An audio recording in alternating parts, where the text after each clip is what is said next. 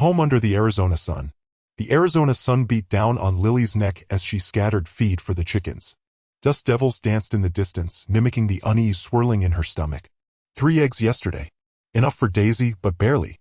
She watched her daughter, a tiny silhouette against the vast canvas of the desert, perched on a weathered rock, sketching in a worn notebook.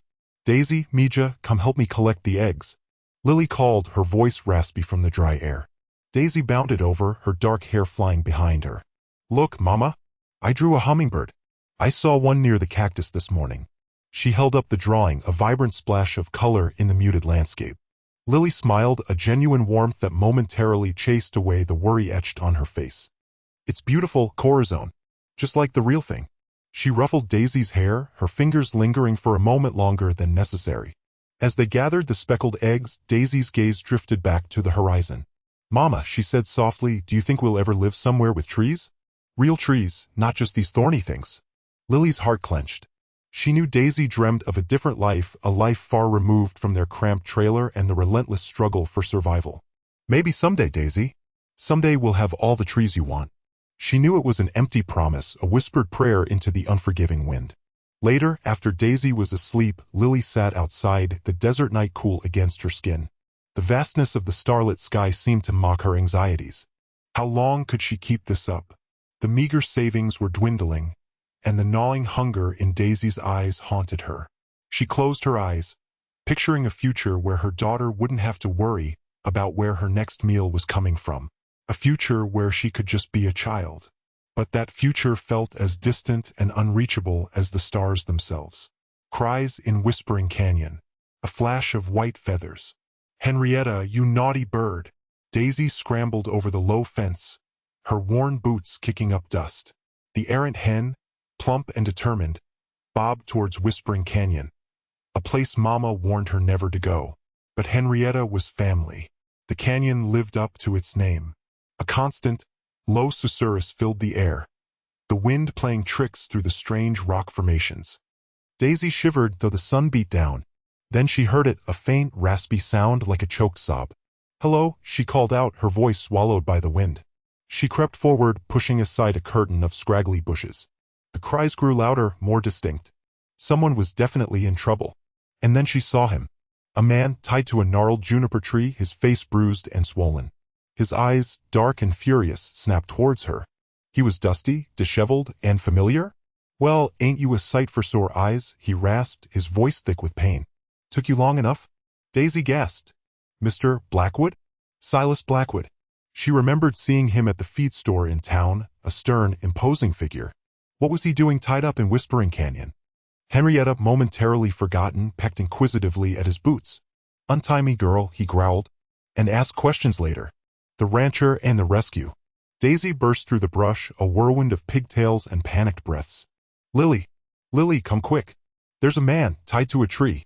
Lily, kneeling by the creek washing clothes, straightened, her brow furrowed. Daisy, what nonsense is this? You know better than to go near strangers. But the urgency in Daisy's voice was undeniable. Clutching her washboard, Lily followed Daisy, the fear a cold knot in her stomach. She remembered Mama's warnings about trusting outsiders. Reaching the clearing, she saw him. Bruised, his face swollen, a man was bound tightly to a gnarled oak. He needs help, Lily. They hurt him bad. Daisy's voice trembled. Lily assessed the situation. Bandits? This close to their land? It was foolish, reckless even, but she couldn't leave him to die. Stay behind me, Daisy. She approached cautiously, the washboard held high. Who are you? The man groaned, his eyes fluttering open. Silas. Silas Blackwood. They want my ranch. Ambushed me, left me for dead. Lily saw the desperation in his eyes, the sincerity beneath the grime. Dropping the washboard, she pulled out the small knife she used for mending clothes. The rope was thick, rough against her skin. Hold still. With swift, practiced movements, she began to cut. Who wants your ranch? She asked, her voice low. The Rollins gang, he rasped. They've been terrorizing the valley. A map and a secret. Silas coughed, the dryness in his throat a rasping counterpoint to the birdsong. Daisy, ever the pragmatist despite her tender years, trickled water from her canteen onto a folded cloth and gently dabbed his cracked lips. He sucked at it gratefully, his eyes, though bloodshot, fixing on her with surprising clarity. Thank you, little one, he croaked. You've saved an old fool's life. Lily, still wary, kept her distance. Who did this to you, Mr. Blackwood? He grimaced, a flicker of pain crossing his face. Doesn't matter now. What matters is, I need to repay you. He shifted against the ropes, wincing. I have something. In my library. A map. Daisy's eyes widened. A treasure map? Silas managed a weak smile. Of sorts. Legend says there's gold on my land, a lost mine. I always dismissed it as folklore, but the map. It's hidden behind a loose brick in the fireplace. Take it. It's yours. All I ask is you use it wisely. Lily's skepticism warred with a sudden, fierce hope. Gold? After all the years of scraping by, could this be real? She knelt, her gaze intense. Why us? Why not the sheriff? Or your family? Silas looked away, a shadow passing over his face. Let's just say family isn't always blood. And the sheriff? Well, he's got his own interests. You too, though, you risked your lives for a stranger. That says something. The map is my thanks. And maybe, just maybe, it's your chance. The bandits return. Dust swirled in the dim interior of the abandoned mine shaft, illuminated only by the flickering lantern. He's gone, snarled Jebediah, slamming his fist against a timber support. The Rottenwood groaned in protest. We had him trussed tighter than a Thanksgiving turkey. How in tarnation did he escape? Word is, replied a lean bandit named Silas, his voice barely a whisper. 2 women helped him. A mother and daughter, they say. Farmers, maybe? Jebediah spat a stream of tobacco juice into the dirt. Women? This gets worse and worse. Did they see the map? Silas shook his head. Unclear. But they know about it. They know about us. A guttural growl rumbled in Jebediah's chest. Then they gotta be silenced. All of them. Silas, you and Boone head to the ranch. Find out where these women live, what they know. And retrieve that map. I don't care if you have to burn the whole valley down to get it. But make it quick. The longer they live, the louder they sing. The lean Silas nodded, his eyes gleaming with a cruel anticipation. And the rancher? He's dead to us, Jebediah said, waving a dismissive hand. Let him enjoy his freedom. For now.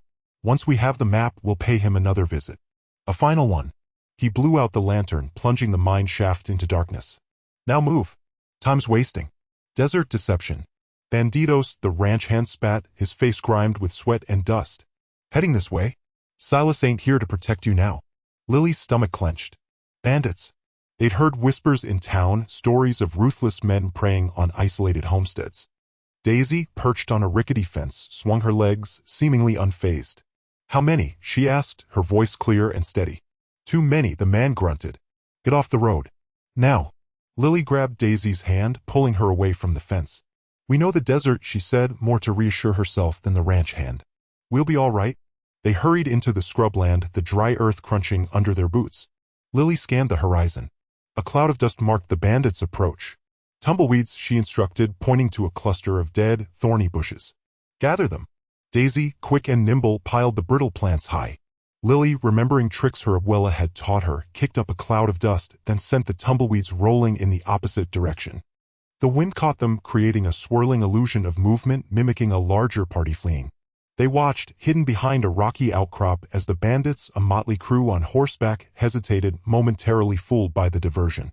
A guttural shout echoed across the plains as they changed direction, following the path of the tumbleweeds. That bought us some time, Lily breathed, her hands still tight in Daisy's. But we need to disappear completely. Treasure Island's secret. Dust billowed behind the truck as Lily slammed the accelerator, Daisy gripping the dashboard. The ranch loomed ahead, a cluster of buildings baking under the afternoon sun. Silas's truck was nowhere in sight. He wouldn't just leave us, Daisy insisted, her voice tight with worry. Lily parked haphazardly in front of the main house, the engine sputtering as she cut the ignition. Stay close, she ordered, her hand instinctively reaching for the tire iron she'd stashed under the seat. The front door was unlocked. Inside, the air was thick with dust and the scent of old leather. A sprawling library lined one wall, shelves overflowing with books. Treasure Island, Daisy breathed, spotting the familiar spine. Silas said it was his favorite. Lily scanned the room, her unease growing. Something felt wrong. Daisy, help me look. Check the shelves behind the books. Daisy pulled down the copy of Treasure Island.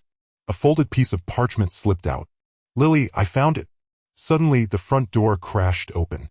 2 figures filled the doorway, faces hidden by bandanas, glinting metal in their hands. Well, one rasped, his voice low and menacing. Looks like we have company. Lily shoved Daisy behind her, hefting the tire iron. Get out, she snarled, her voice shaking only slightly. The bandit chuckled, a cruel sound that echoed in the silent room. Too late for that, ladies. That map belongs to us. He gestured towards Daisy with his gun. Hand it over and maybe you both walk away from here. Showdown at Blackwood Ranch. The earth thrummed beneath Lily's feet, a tremor rising through her as a dust cloud swallowed the horizon. From its heart, riders emerged, Silas, mounted on a powerful obsidian stallion, leading a dozen ranch hands, their faces hard-set. Bruises painted his jaw in shades of violet, yet his gaze held a sharp, unfamiliar resolve. A fragile spark of hope kindled within Lily. This ends now. Silas's voice, gravelly yet firm, knifed through the strained silence. The bandits, taken aback, fumbled for their weapons. Their ringleader, a jagged scar slashing across his left eye, smirked. Well, look who crawled out of the dirt. Thought we'd seen the back of you, Blackwood. You haven't seen anything yet, Silas countered, dismounting with a lithe movement that belied his injuries.